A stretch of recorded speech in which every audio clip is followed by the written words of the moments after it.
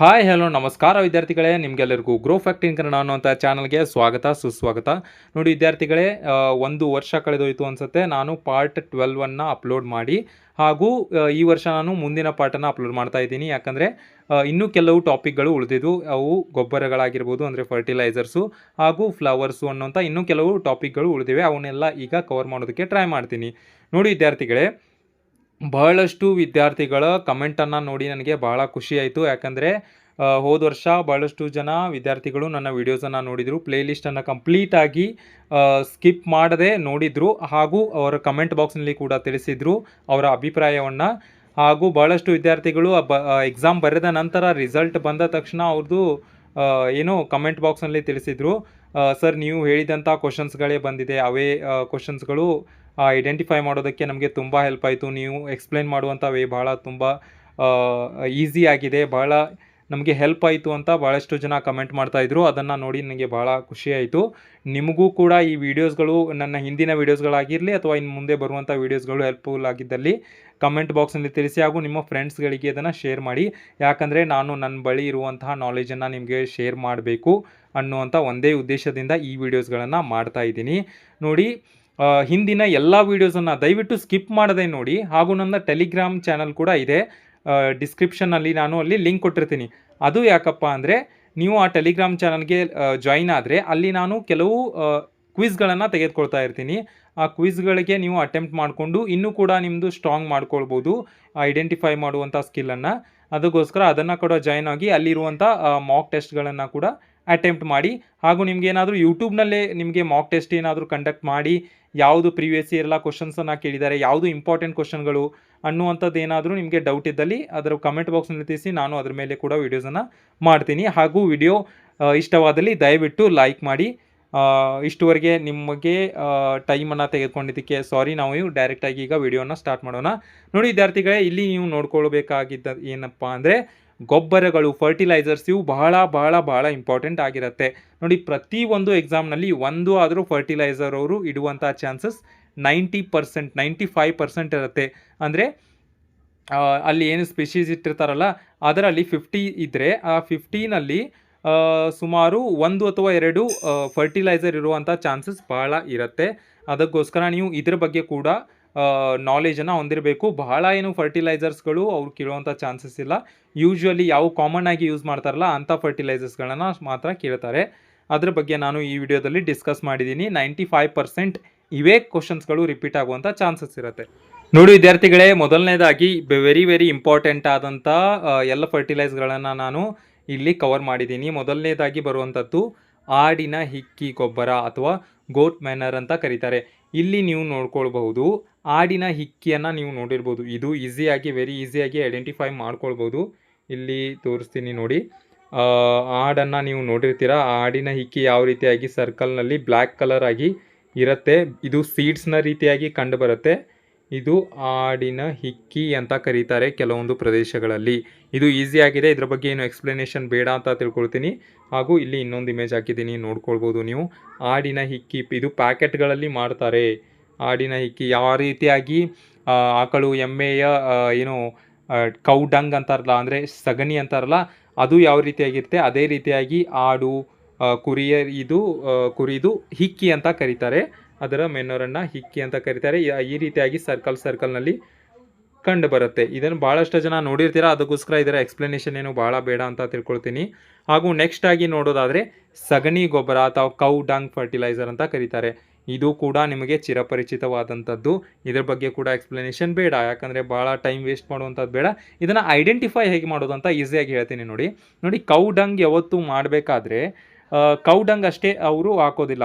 ಯಾಕಂದರೆ cow dung ಅನ್ನೋದನ್ನ ಜೊತೆಗೆ ಹುಲ್ಲನ್ನು ಹಾಕಿರ್ತಾರೆ, ಅದನ್ನು ಮಿಕ್ಸ್ ಮಾಡಿ ಅವರು ಇಡ್ತಾರೆ, ಅಂದರೆ ಫರ್ಟಿಲೈಸರ್ ಆಗೋದಕ್ಕೆ. ಅದೇ ರೀತಿ ಯಾಕೆ ಈ ರೀತಿ ಆಗತ್ತೆ ಅಂದರೆ, ನೋಡಿ, ಕೌಗೆ ತಿನ್ನೋಕ್ಕೆ ಹುಲ್ಲನ್ನು ಹಾಕಿರ್ತಾರೆ, ಅದೇ ರೀತಿಯಾಗಿ ಡಂಗನ್ನು ಹಾಕಿರುತ್ತೆ. ಅದು ಕಲೆಕ್ಟ್ ಮಾಡುವಾಗ ಆ ಹುಲ್ಲಿನ ಸಮೇತವಾಗಿ ಆ ಡಂಗನ್ನು ಕಲೆಕ್ಟ್ ಮಾಡ್ತಾರೆ. ಹಾಗೂ ಅದನ್ನು ಒಂದು ಅವರು ಹಿತ್ತಲಿನಲ್ಲಿ ಏನು ಒಂದು ಸ್ಪೇಸ್ ಮಾಡಿರ್ತಾರಲ್ಲ, ಅದನ್ನು ಕೌಡಂಗನ್ನು ಇಟ್ಕೊಳ್ಳೋದಕ್ಕೆ ಅಲ್ಲಿ ಹೋಗಿ ಎಸೀತಾರೆ. ಅದರಿಂದ ರೆಡಿ ಆಗುವಂಥದ್ದೇ ಕೌಡಂಗ್ ಆಗುತ್ತೆ. ಅದಕ್ಕೋಸ್ಕರ ಹುಲ್ಲು ಕಾಣುತ್ತೆ ನೋಡಿ, ಆ ಕೌಡಂಗ್ ಏನಾದರೂ ಫರ್ಟಿಲೈಸರ್ನ ಇಟ್ಟಿದ್ರೆ ಹುಲ್ಲಿನ ಕಣಗಳು ಏನಾದರೂ ಕಂಡು ಬಂದರೆ ನಿಮಗೆ ಅದು ಕೌಡಂಗ್ ಅಂತ ತಿಳ್ಕೊಳ್ಳಿ. ನೋಡಿ ಇಲ್ಲಿ ಬೆಸ್ಟ್ ಆದಂಥ ಎಕ್ಸಾಂಪಲ್ ಇದೆ ನೋಡಿ, ಕೌಡಂಗನ್ನು ಐಡೆಂಟಿಫೈ ಮಾಡೋದಕ್ಕೆ ಬೆಸ್ಟ್ ಆದಂಥ ವೇ ಇದಾಗಿದೆ ನೋಡಿ. ಹುಲ್ಲು ಕಾಣುತ್ತೆ, ಕೌಡಂಗ್ನ ಜೊತೆಗೆ ಹುಲ್ಲು ಕೂಡ ಕಾಣುತ್ತೆ. ಒಂದು ವೇ ಇದನ್ನು ಐಡೆಂಟಿಫೈ ಮಾಡುವಂಥದ್ದು ನಿಮಗೆ ಹೇಳಿದ್ದೀನಿ. ವೆರಿ ಈಸಿ ಆಗುತ್ತೆ, ಭಾಳಷ್ಟು ಜನಕ್ಕೆ ಇದು ಐಡೆಂಟಿಫೈ ಮಾಡೋದಕ್ಕೆ ಈಸಿ ಆಗುತ್ತೆ.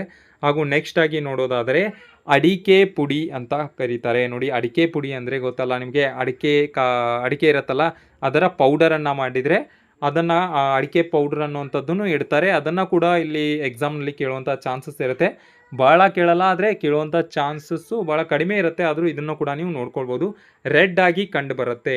ಇದು ಅರೇಕಾ ನಟ್ ಪೌಡರ್ ಅಂತ ಕರೀತಾರೆ ನೋಡಿ. ಅಡಿಕೆಯನ್ನು ನೀವು ಏನಾದರೂ ಅಡಿಕೆನೇ ನೋಡಿಲ್ಲ ಅಂತ ಅಂದರೆ ಅದನ್ನು ಕೂಡ ತೋರಿಸ್ತೀನಿ ನೋಡಿ. ಯಾಕಂದರೆ ಭಾಳಷ್ಟು ಸಿಟಿಯಲ್ಲಿರುವಂಥ ವಿದ್ಯಾರ್ಥಿಗಳಿಗೆ ಅದು ಕೂಡ ಗೊತ್ತಿರಲ್ಲ. ಅಡಿಕೆ ನೋಡಿರ್ಬೋದು, ಕೆಂಪದಾಗಿ ಎಲೆ ಅಡಿಕೆಯನ್ನು ತಿಂತಾರಲ್ಲ ಅದರ ಪೌಡರನ್ನು ಮಾಡ್ತಾರೆ. ಆ ಪೌಡರನ್ನು ಕೂಡ ಎಕ್ಸಾಮ್ನಲ್ಲಿ ಕೇಳುವಂಥ ಚಾನ್ಸಸ್ ಇರುತ್ತೆ, ಭಾಳ ಕಡಿಮೆ, ಆದರೂ ಕೂಡ ನೀವು ನೋಡ್ಕೊಳ್ಬೇಕು. ನಂತರ ಇಲ್ಲಿ ನೀವು ನೋಡೋದಾದರೆ ಎರೆಹುಳು ಗೊಬ್ಬರ, ವರ್ಮಿ ಕಂಪೋಸ್ಟ್ ಅಂತ ಕರೀತಾರೆ. ಇದನ್ನು ಕೂಡ ನೀವು ನೋಡ್ಕೊಳ್ಬಹುದು. ಇದರಲ್ಲಿ ಹೇಗೆ ಐಡೆಂಟಿಫೈ ಮಾಡೋದಪ್ಪ ಅಂದರೆ ಇದು ಬ್ರೌನ್ ಹಾಗೂ ಬ್ಲ್ಯಾಕ್ ಕಲರ್ನಲ್ಲಿ ಮಿಕ್ಸ್ ಆಗಿ ಕಂಡುಬರುತ್ತೆ. ಮೋಸ್ಟ್ ಆಫ್ ದ ಟೈಮ್ ಈ ಗೊಬ್ಬರ ಇರುತ್ತಲ್ಲ ಬ್ಲ್ಯಾಕ್ನಲ್ಲಿ ಕಂಡುಬರುತ್ತೆ. ಹಾಗೂ ಎರೆಹುಳುಗಳು ಕೂಡ ಅದರಲ್ಲಿ ಕಂಡು ಬರಬಹುದು. ಇನ್ನೊಂದು ಇಮೇಜ್ ಇದೆ, ಅದರಲ್ಲಿ ನೋಡ್ಕೊಳ್ಬೋದು ನೀವು. ಇನ್ನೊಂದು ಇಮೇಜನ್ನು ಅಲ್ಲಿ ನಾನು ಹಾಕಿಲ್ಲ, ನೀವು ಗೂಗಲ್ನಲ್ಲಿ ಸರ್ಚ್ ಮಾಡ್ಕೊಂಡು ನೋಡ್ಕೊಂಡು ಬನ್ನಿ. ವರ್ಮಿ ಕಂಪೋಸ್ಟ್ ಅಂತ ಕ್ಲಿಕ್ ಮಾಡಿದ ತಕ್ಷಣ ನಿಮ್ಮ ಮುಂದೆ ಆ ಗೊಬ್ಬರ ಕಂಡು ಬರುತ್ತೆ. ನಾನು ಫಿಸಿಕಲಿ ನಿಮಗೆ ತೋರಿಸ್ಬೋದಾಗಿತ್ತು, ಆದರೆ ಇದು ಚಾನ್ಸ್ ಇಲ್ಲ. ಇಲ್ಲಿ ವಿಡಿಯೋಸ್ನಲ್ಲಿ ಇಮೇಜಸ್ಗಳನ್ನು ಮಾತ್ರ ಅಪ್ಲೋಡ್ ಮಾಡ್ಬೋದು. ಅದಕ್ಕೋಸ್ಕರ ಅಲ್ಲಿ ವರ್ಮಿ ಕಂಪೋಸ್ಟ್ ಅಂತ ಜಸ್ಟ್ ಟೈಪ್ ಮಾಡಿ ನೋಡಿ ಗೂಗಲ್ನಲ್ಲಿ, ಯಾವ ರೀತಿಯಾಗಿ ಕಂಡು ಬರುತ್ತೆ ಅಂತ ನೀವು ಐಡೆಂಟಿಫೈ ಮಾಡ್ಕೊಳ್ಬೋದು. ಎರೆಹುಳುಗಳು ಕಂಡು ಬರುತ್ತೆ. ಹಾಗೂ ಈ ಗೊಬ್ಬರ ಬ್ಲ್ಯಾಕ್ ಕಲರ್ನಲ್ಲಿ ಆಗಿ ಉದುರಾಗಿ ಕಂಡು ಬರುತ್ತೆ. ಇದನ್ನು ಎರೆಹುಳ ಗೊಬ್ಬರ ಅಥವಾ ವರ್ಮಿ ಕಂಪೋಸ್ಟ್ ಅಂತ ಕರಿತೀವಿ. ನೆಕ್ಸ್ಟ್ ಆಗಿ ಇಲ್ಲಿ ನೋಡೋದಾದರೆ ತೆಂಗಿನ ಹೊಟ್ಟು ಅಥವಾ ಕೋಕೋಪೀಟ್ ಅಂತ ಕರೀತಾರೆ. ತೆಂಗಿನ ಹೊಟ್ಟು ಇದು ಈಸಿಯಾಗಿ ನಿಮಗೆ ಐಡೆಂಟಿಫೈ ಮಾಡ್ಕೊಳ್ಬೋದು. ಇದೇನೆಂದರೆ ಈ ನಾರಿನ ರೀತಿ ಕಂಡು ಬರುತ್ತೆ. ಇದು ನೋಡಿ, ನಾರು ಇದೆ ನೋಡಿ. ಇದು ನಿಜವಾಗ್ಲೂ ಏನಪ್ಪ ಅಂದರೆ ನಿಮಗೆ ತಿಳಿದಿಲ್ಲ ಅಂದರೆ ಈಗಲೂ ಕೂಡ ಆ ತೆಂಗಿನಕಾಯಿ ಏನು ಮೇಲೆ ಈ ರೀತಿಯಾಗಿ ತೆಂಗಿನಕಾಯಿ ಇರುತ್ತೆ, ಅದರ ಮೇಲೆ ಏನು ಈ ರೀತಿಯಾಗಿ ಹುಲ್ಲಿನ ರೀತಿ ಏನು ಕವರ್ ಆಗಿರುತ್ತೆ ಅಲ್ಲ, ಆ ಕವರನ್ನು ಇವರು ಪುಡಿಯಾಗಿ ಮಾಡಿದರೆ ಅದೇ ತೆಂಗಿನಕಾಯಿಯ ಹೊಟ್ಟು ಅಂತಾರೆ. ತೆಂಗಿನಕಾಯಿ ಸಿಪ್ಪೆ ಅಂತ ಏನು ಮೇಲೆ ಇರುತ್ತೆ ಕರಿತೀವಲ್ಲ ಅದೇ, ಅದನ್ನು ತೆಂಗಿನಕಾಯಿ ಹೊಟ್ಟು, ಅದನ್ನು ಕೂಡ ಪೌಡರ್ ಮಾಡಿ ಹೊಲಗಳಲ್ಲಿ ಹಾಕ್ತಾರೆ. ಅದು ಕೂಡ ಇಂಪಾರ್ಟೆಂಟ್ ಆದದ್ದು. ಇದನ್ನು ಕೂಡ ನೋಡ್ಕೊಳ್ಬೋದು. ತೆಂಗಿನಕಾಯಿದು ಏನು ಮೇಲಿನ ಸಿಪ್ಪೆ ಗೆರೆ ಇರುತ್ತಲ್ಲ ನಾರು, ಆ ನಾರಿನ ಮೂಲಕ ನೀವು ಆ ಗೊಬ್ಬರವನ್ನು ಐಡೆಂಟಿಫೈ ಮಾಡ್ಕೊಳ್ಬೋದು. ಇಲ್ಲಿ ಕೂಡ ಇದೆ, ನೋಡ್ಕೊಳ್ಬೋದು ಯಾವ ರೀತಿಯಾಗಿದೆ. ಇದು ಕೂಡ ಈಸಿಯಾಗಿ ನೀವು ಐಡೆಂಟಿಫೈ ಮಾಡ್ಬೋದು. ಇದನ್ನು ಎಕ್ಸ್ಪ್ಲನೇಷನ್ ಏನೋ ಬಹಳಷ್ಟು ಬೇಕಾಗಿಲ್ಲ. ಹಾಗೂ ನೆಕ್ಸ್ಟ್ ಆಗಿ ನೋಡೋದಾದರೆ ಈ ಸುಬಾಬಲ್ ಕಾಯಿ ಅಂತ ಕರೀತಾರೆ. ಇದನ್ನು ನೀವು ನೋಡಿರ್ಬೋದು. ಇಲ್ಲಿ ಹೋಗುವಾಗ ದಾರಿಯಲ್ಲಿ ಅಥವಾ ನಿಮ್ಮ ಕಾಲೇಜ್ಗಳು ಸ್ಕೂಲ್ಗಳ ಪಕ್ಕದಲ್ಲಿ ಇಂಥವು ಗಿಡಗಳನ್ನು ಭಾಳ ಹಾಕಿರ್ತಾರೆ. ಇದನ್ನು ಕೂಡ ನೀವು ಈಸಿಯಾಗಿ ಐಡೆಂಟಿಫೈ ಮಾಡ್ಬೋದು. ಬೆಲ್ಟನ್ನ ರೀತಿಯಾಗಿ ಇರುತ್ತೆ ಆದರೆ ನಿಮಗೆ ನೀವು ನೋಡಿರ್ತೀರಾ. ನನಗೆ ಒಂದು 95% ಸ್ಟೂಡೆಂಟ್ಸ್ ಏನು ಇದ್ದೀರಲ್ಲ ನೀವು ನೋಡಿರ್ತೀರಾ, ಆದರೆ ಇದರ ಹೆಸರು ನಿಮಗೆ ಗೊತ್ತಿರೋದಿಲ್ಲ. ಇದರ ಹೆಸರು ಏನಪ್ಪ ಅಂದರೆ ಸುಬಾಬುಲ್ ಕಾಯಿ ಅಂತ ಇರುತ್ತೆ. ನೀವು ಇದನ್ನು ನೆನ್ಪಿಟ್ಟಿನಲ್ಲಿ ಇಟ್ಕೊಳ್ಬೇಕು, ಯಾಕಂದರೆ ಬಹಳ ಕೇಳುವಂಥ ಚಾನ್ಸಸ್ ಬಹಳ ಇರುತ್ತೆ. ಇದರದ್ದು ಇನ್ನೊಂದು ಇಮೇಜ್ ಕೂಡ ಇದೆ, ಇಲ್ಲಿ ನೋಡ್ಕೊಳ್ಬೋದು. ನೋಡಿ, ಇಲ್ಲಿ ಇನ್ನೊಂದು ಇಮೇಜ್ ಇದೆ ಸುಬಾಬುಲ್ ಕಾಯ್ದು. ಈ ರೀತಿಯಾಗಿ ಅದರ ಕಾಯಿಗಳು ಕಂಡು ಬರುತ್ತೆ. ಬೀಜ ನೋಡಿ, ಸೀಡ್ಸ್ ಯಾವ ರೀತಿಯಾಗಿ ಕಂಡು ಬರ್ತಾ ಇದೆ ಅಂತ. ಹಾಗೂ ಕಾಯಿ ಒಣಗಿದ ನಂತರ ಎಲ್ಲೋ ಬ್ರೌನ್ ರೀತಿ ಆಗಿರುತ್ತೆ. ಹಾಗೂ ಅದರ ಏನು ಲೀವ್ಸ್ ಇರುತ್ತಲ್ಲ ಅದು ಕೂಡ ಹುಣಸೆ ಕಾಯಿದ ಲೀವ್ಸ್ ಇರುತ್ತಲ್ಲ ಅದೇ ರೀತಿಯಾಗಿರುತ್ತೆ, ಅದರ ದೊಡ್ಡ ಗಾತ್ರದಲ್ಲಿ ಕಂಡು ಬರುತ್ತೆ. ಇದನ್ನು ನೋಡ್ಕೊಳ್ಬೋದು. ಇದು ಕೂಡ ವೆರಿ ಇಂಪಾರ್ಟೆಂಟ್ ಆದಂಥದ್ದು. ಇದನ್ನು ನೀವು ನೋಡಿರ್ತೀರ, ಆದರೆ ಗೊತ್ತಿರೋದಲ್ಲ ಹೆಸರು. ಇದರ ಹೆಸರು ಸುಬಾಬುಲ್ ಕಾಯಿ ಅಂತ. ಇದನ್ನು ನೆನ್ಪಿಟ್ಟಿನಲ್ಲಿ ಇಟ್ಕೊಳ್ಳಿ. ನೆಕ್ಸ್ಟ್ ಆಗಿ ನೋಡೋದಾದರೆ ಭತ್ತದ ತವಡು. ಭಾಳ 98% ಇದನ್ನು ಕೇಳುವಂಥ ಚಾನ್ಸಸ್ ಇರುತ್ತೆ. ಇದನ್ನು ರೈಸ್ ಬ್ರೈನ್ ಅಂತ ಕರೀತಾರೆ. ಭತ್ತದ ತವಡು ಅಂದರೆ ಏನು, ಭತ್ತವನ್ನು ಅಕ್ಕಿಯನ್ನಾಗಿ ಕನ್ವರ್ಟ್ ಮಾಡಿದಾಗ ಅದರ ಮೇಲೆ ಏನು ಸಿಪ್ಪೆ ಇರುತ್ತಲ್ಲ ಅದನ್ನು ಭತ್ತದ ತವಡು ಅಂತ ಕರೀತಾರೆ. ಅಥವಾ ಬೂಸ ಅಂತ ಕೂಡ ಕೆಲವು ಪ್ರದೇಶಗಳಲ್ಲಿ ಇದನ್ನು ಬೂಸ ಅಂತ ಕೂಡ ಕರೀತಾರೆ. ಅದು ಕೂಡ ಯಾವ ರೀತಿಯಾಗಿರುತ್ತೆ ಇಲ್ಲಿ ನೋಡ್ಕೊಳ್ಬೋದು. ಲೈಟ್ ವೇಟ್ ಆಗಿ ಯೆಲ್ಲೋಯಿಶ್ನಲ್ಲಿ ಕಂಡು ಬರುತ್ತೆ. ಇದನ್ನು ಕೂಡ ನೀವು ಐಡೆಂಟಿಫೈ ಮಾಡ್ಬೋದು. ಇದು ವೆರಿ ಇಂಪಾರ್ಟೆಂಟ್ ಆದಂಥದ್ದು. ಇದರ ಇಮೇಜಸ್ಗಳನ್ನು ಕೂಡ ನೋಡ್ಕೊಳ್ಳಿ, ಅಥವಾ ಸಮೀಪದಲ್ಲಿ ನೀವೇನಾದರೂ ಹೊಲಗಳಿದ್ರೆ ಅಲ್ಲೂ ಕೂಡ ಹೋಗಿ ಚೆಕ್ ಮಾಡ್ಕೊಳ್ಳಿ, ಇಲ್ಲಾಂದರೆ ಯೂಟ್ಯೂಬ್ನಲ್ಲಿ ವೀಡಿಯೋನ ನೋಡ್ಕೊಳ್ಳಿ, ಯಾಕಂದರೆ ಇದು ಕೂಡ ವೆರಿ ಇಂಪಾರ್ಟೆಂಟ್ ಆದಂಥದ್ದು. ನೆಕ್ಸ್ಟ್ ಆಗಿ ನೋಡೋದಾದರೆ ವೆರಿ ವೆರಿ ಇಂಪಾರ್ಟೆಂಟ್, ಇದನ್ನು ಇಡುವಂಥ ಚಾನ್ಸಸ್ 99% ಇರುತ್ತೆ ಅಂತ ಕೂಡ ನಾನು ಹೇಳ್ಬೋದು. ಇದನ್ನು ಬೇವಿನ ಹಿಂಡಿ ಅಥವಾ ನೀಮ್ ಕೇಕ್ ಅಂತ ಕರೀತಾರೆ. ಇಲ್ಲಿ ನೋಡ್ಕೊಳ್ಬೋದು ಯಾವ ರೀತಿಯಾಗಿ ಇರುತ್ತೆ ಅಂತ. ಈ ರೀತಿಯಾಗಿ ಕಂಡು ಬಂದರೆ ಇಲ್ಲಿ ನೋಡಿ, ಈ ರೀತಿ ಕ್ಯಾಪ್ಸ್ಯೂಲ್ನ ರೀತಿ ಕೂಡ ಇದನ್ನು ಮಾರ್ತಾರೆ, ಅಥವಾ ಈ ರೀತಿಯಾಗಿ ಪೀಸ್ನಲ್ಲಿ ಈ ರೀತಿಯಾಗಿ ಕಂಡು ಬರುತ್ತೆ. ಇದನ್ನು ನೀಮ್ ಏನಿರತ್ತಿಲ್ಲ ಅದನ್ನು ಅವರು ಒಣಗಿಸಿ ನಂತರ ಅದನ್ನು ಪೌಡರನ್ನು ಮಾಡಿ ನಂತರ ಅದನ್ನು ಹಿಂಡಿಯನ್ನಾಗಿ ಅದರಲ್ಲಿ ಸ್ವಲ್ಪ ನೀರನ್ನು ಹಾಕಿ ಈ ರೀತಿಯಾಗಿ ಚೌಕನಲ್ಲಿ ಮಾಡ್ತಾರೆ, ಅಥವಾ ಕ್ಯಾಪ್ಸೂಲ್ನ ರೀತಿಯಲ್ಲಿ ಮಾಡ್ತಾರೆ, ಇಲ್ಲಾಂದರೆ ಪೌಡರ್ನ ರೀತಿಯಲ್ಲಿ ಮಾಡ್ತಾರೆ. ಇದನ್ನು ಕೂಡ ಈಸಿಯಾಗಿ ನೀವು ಐಡೆಂಟಿಫೈ ಮಾಡ್ಕೊಳ್ಬೋದು. ಇದರ ಸ್ಮೆಲ್ ಬರುತ್ತೆ, ಸ್ಮೆಲ್ಲನ್ನು ನೀವು ತಿಳ್ಕೊಂಡೇ ಅದನ್ನು ಐಡೆಂಟಿಫೈ ಮಾಡ್ಬೋದು. ಇಲ್ಲಾಂದರೆ ಇದರ ಕಲರ್ ನೋಡ್ಕೊಂಬಿಡಿ, ಇದರ ಕಲರ್ ಇದೇ ರೀತಿಯಾಗಿ ಕಂಡು ಬರುತ್ತೆ. ಇದರಿಂದ ನೀವು ಇದನ್ನು ನೀಮ್ ಕೇಕ್ ಅಥವಾ ಬೇವಿನ ಹಿಂಡಿ ಅಂತ ಗುರ್ತಾ ಹಿಡಿಬೋದು. ನೋಡಿ ಇಲ್ಲಿ ಇನ್ನೊಂದು ಇಮೇಜ್ ಇದೆ, ಇದರಿಂದ ನೀವು ಗುರ್ತಾ ಹಿಡಿಬೋದು ಯಾವ ರೀತಿಯಾಗಿ ನೀಮ್ ಕೇಕ್ ಕಂಡು ಬರುತ್ತೆ, ಬೇವಿನ ಹಿಂಡಿ ಅಂತ ಕರೀತಾರೆ. ಹಾಗೂ ನೆಕ್ಸ್ಟ್ ಆಗಿ ನೋಡೋದಾದರೆ ಲೈಮ್ ಸ್ಟೋನ್ ಅಥವಾ ಸುಣ್ಣದ ಕಲ್ಲು. ನೋಡಿ ಈಗ ಬರುವಂಥದ್ದು ವೆರಿ ಇಂಪಾರ್ಟೆಂಟ್ ಆದಂಥದ್ದು ಕೆಮಿಕಲ್ಸ್. ಈಗ ಕೆಮಿಕಲ್ ಫರ್ಟಿಲೈಸರ್ಸ್ಗಳನ್ನು ಹೇಳ್ತೀನಿ. ಇಷ್ಟೊತ್ತು ಹೇಳಿದ್ದ ನಾವು ನ್ಯಾಚುರಲ್ ಫರ್ಟಿಲೈಸರ್ಸ್ ಬಗ್ಗೆ ಹೇಳಿದೆ, ಈಗ ಕೆಮಿಕಲ್ ಫರ್ಟಿಲೈಸರ್ಸನ್ನು ನೋಡ್ಕೊಳ್ಳೋಣ. ನೋಡಿ ಸುಣ್ಣದ ಕಲ್ಲು ಅಥವಾ ಲೈಮ್ ಸ್ಟೋನ್ ಇರುತ್ತಲ್ಲ, ಇದು ಸುಣ್ಣ ಹೊಡಿತಾರಲ್ಲ ನಿಮ್ಮ ಗೋಡೆಗಳಿಗೆ, ಹಳೆ ಕಾಲದಲ್ಲಿ ಮನೆಗಳೆಲ್ಲ ಗೋಡೆಗಳಿಗೆ ಈ ಸುಣ್ಣವನ್ನು ಬಳಿತಾ ಇದ್ರು, ಅಥವಾ ಈಗಲೂ ಕೂಡ ಕೆಲವು ಮನೆಗಳಲ್ಲಿ ಸುಣ್ಣವನ್ನು ಬಡಿತಾರೆ. ಹಾಗೂ ತಿಂತಾರಲ್ಲ ಸುಣ್ಣ ಎಲೆ ಅಡಿಕೆ ಜೊತೆಗೆ, ಆ ರೀತಿಯಾದಂಥ ಸುಣ್ಣ ಇದೇ ಆಗಿರುತ್ತೆ. ವೈಟಾಗಿ ಪೌಡರಿಯಾಗಿ ಕಂಡು ಬರುತ್ತೆ, ಫುಲ್ ಪೌಡರಿಯಾಗಿ ಕಂಡು ಬರುತ್ತೆ. ಇದನ್ನು ಸುಣ್ಣದ ಕಲ್ಲು ಅಥವಾ ಲೈಮ್ ಸ್ಟೋನ್ ಅಂತಾರೆ. ನೀವು ಸೈನ್ಸ್ ಸ್ಟೂಡೆಂಟ್ ಆಗಿರ್ತೀರಾ, ಅದಕ್ಕೋಸ್ಕರ ನಿಮಗೆ ಇದ್ರ ಬಗ್ಗೆ ಗೊತ್ತಿರುತ್ತೆ, ನೀವು ಕೇಳಿರ್ತೀರಾ ಆದರೆ ನೋಡಿರಲ್ಲ. ಇದನ್ನು ನೋಡ್ಕೊಳ್ಳಿ, ಈ ರೀತಿಯಾಗಿ ಕಂಡು ಬರುತ್ತೆ.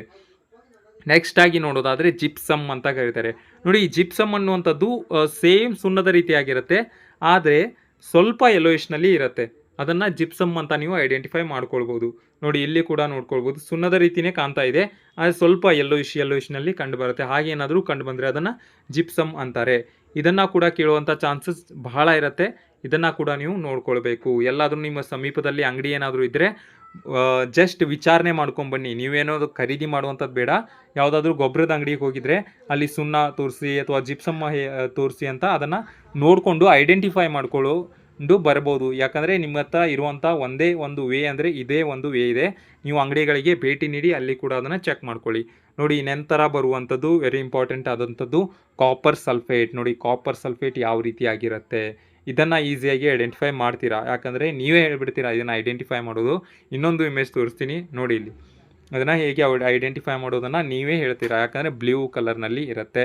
ಇದನ್ನು ಈಸಿಯಾಗಿ ಐಡೆಂಟಿಫೈ ಮಾಡ್ಬೋದು, ಕಾಪರ್ ಸಲ್ಫೇಟ್. ನೋಡಿ ಈ ಎಲ್ಲ ಹೆಸರುಗಳನ್ನು ನೀವು ನಿಮ್ಮ ಸೈನ್ಸ್ ಸ್ಟೂಡೆಂಟ್ ಆಗಿದ್ದರೆ ಅದನ್ನು ಕೇಳಿರ್ತೀರಾ.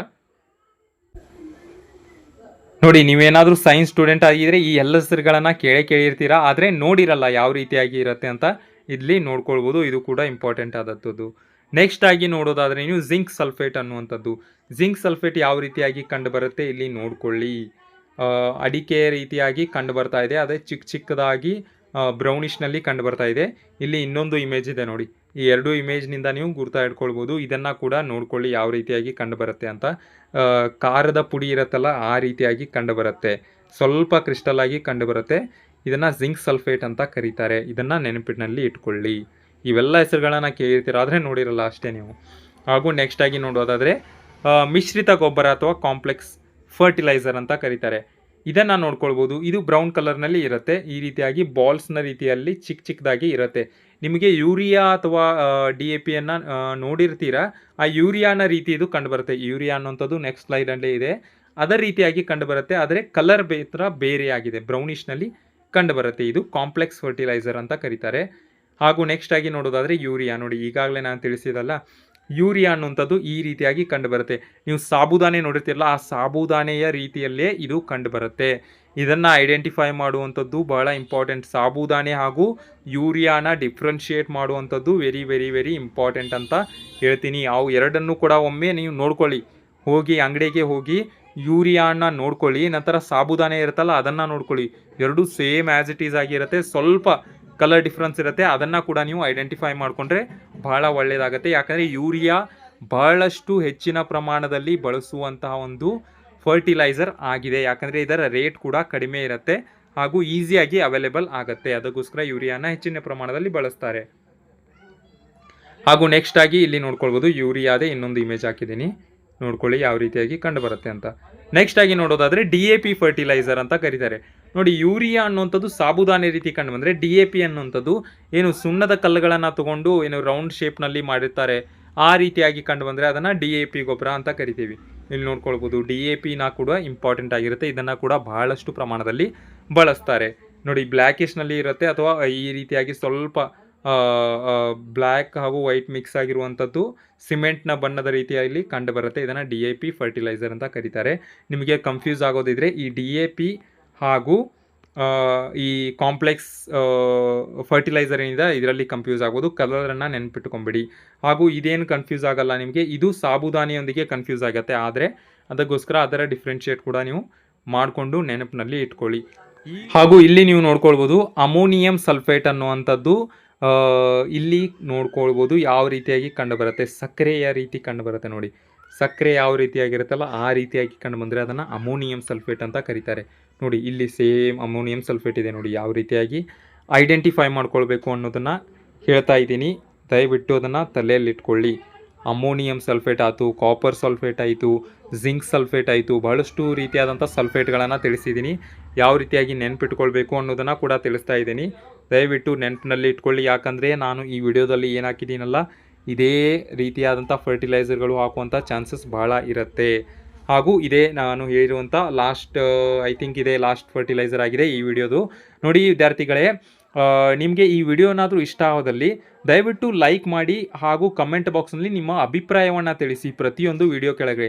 ಅಂದರೆ ವಿಡಿಯೋನಲ್ಲಿ ಏನಾದರೂ ಕಡಿಮೆ ಆಗಿದರೆ ಅಥವಾ ಏನಾದರೂ ಆ್ಯಡ್ ಮಾಡಬೇಕಾಗಿದ್ರೆ ಅಥವಾ ಏನಾದರೂ ಮಿಸ್ಟೇಕ್ ಆಗಿದ್ದರೆ ಅದನ್ನು ದಯವಿಟ್ಟು ತಿಳಿಸಿ. ಯಾಕೆಂದರೆ ಕೆಲವು ಬಾರಿ ನಾನು ಕೂಡ ಮಿಸ್ಟೇಕ್ ಮಾಡುವಂಥ ಚಾನ್ಸಸ್ ಇರುತ್ತೆ. ಆ ಮಿಸ್ಟೇಕ್ಸ್ ಏನಾದರೂ ಆಗಿದ್ದರೆ ಅದನ್ನು ಕೂಡ ಕೆಳಗೆ ತಿಳಿಸಿ. ಯಾಕಂದರೆ ಬೇರೆ ವಿದ್ಯಾರ್ಥಿಗಳಿಗೆ ಹೆಲ್ಪ್ ಆಗುತ್ತೆ. ಹಾಗೂ ನೀವು ಲೈಕ್ ಮತ್ತು ಕಮೆಂಟ್ ಮಾಡುವ ಮೂಲಕ ಯಾವ ರೀತಿಯಾಗಿ ರೆಸ್ಪಾನ್ಸ್ ಕೊಡ್ತೀರಲ್ಲ, ಅದಕ್ಕೆ ತಕ್ಕ ಹಾಗೆ ನಾನು ವೀಡಿಯೋಸನ್ನು ಮಾಡ್ತೀನಿ. ಯಾಕಂದರೆ ರೆಸ್ಪಾನ್ಸ್ ಒಳ್ಳೆಯದಾಗಿ ಬಂದರೆ ನಾನು ಅದಕ್ಕೆ ವೀಡಿಯೋಸನ್ನು ಮಾಡ್ತೀನಿ. ಹಾಗೂ ನಿಮ್ಮ ಫ್ರೆಂಡ್ಸ್ ಯಾರಾದರೂ ಇದರದ್ದು ಪ್ರಿಪ್ರೇಷನನ್ನು ಮಾಡ್ತಾಯಿದ್ರೆ ದಯವಿಟ್ಟು ಅವ್ರಿಗೂ ಕೂಡ ಶೇರ್ ಮಾಡಿ, ಮರಿದೇ ಶೇರ್ ಮಾಡಿ. ಹಾಗೂ ನೀವು ನಮ್ಮ ಟೆಲಿಗ್ರಾಮ್ ಚಾನಲ್ಗೆ ಜಾಯ್ನ್ ಆಗಿ, ಯಾಕಂದರೆ ಮಾಕ್ ಟೆಸ್ಟ್ಗಳಿಗೆ ನೀವು ಅಲ್ಲಿ ಅಟೆಂಪ್ಟನ್ನು ಮಾಡ್ಬೋದು. ಕೊನೆವರೆಗೂ ನಮ್ಮ ವಿಡಿಯೋನ ನೋಡಿದ್ದಕ್ಕೆ ಧನ್ಯವಾದಗಳು ವಿದ್ಯಾರ್ಥಿಗಳೇ. ನಮ್ಮ ಚಾನಲ್ಗೆ ಸಬ್ಸ್ಕ್ರೈಬ್ ಮಾಡ್ಕೊಳ್ಳಿ.